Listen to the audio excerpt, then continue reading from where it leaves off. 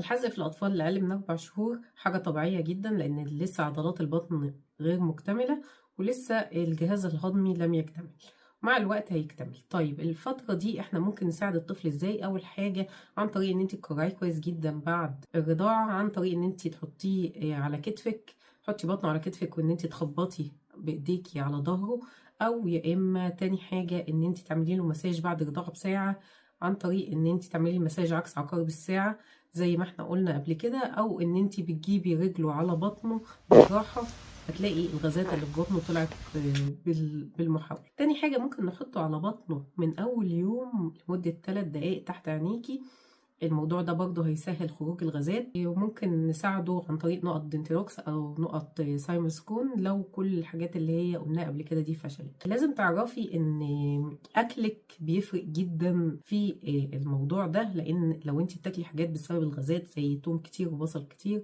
هتسبب له الغازات دي. تاني حاجة لو هو بياخد لبن صناعي غير متناسب له برضه هيعمل له مشاكل ويعمل له حزق كتير. الموضوع ده هيقل على الشهر الرابع لان عضلاته بتبقى اكتملت، وفي نفس الوقت احنا بنبدا ندخل الاكل. لو انت بترضعي طبيعي فالتئام الطفل مع الحلمه مهم جدا عشان ما يدخلش هواء وهو بيرضع. لو لقيتيه بيعمل صوت وهو بيرضع ده غلط، ان في هواء بيدخل مع الرضاعه، فلازم يبقى التئام الطفل صحيح مع الثدي علشان الطفل ما يدخلش هواء بعد كده يعاني من الغازات بعد كده. ممكن نطلع الهواء من الببرونة قبل ما نديه للطفل بالطريقة دي، ان احنا بنضغط عليها زي الفيديو ده بالظبط. ممكن تكرعي الطفل بكذا طريقة زي الفيديو ده.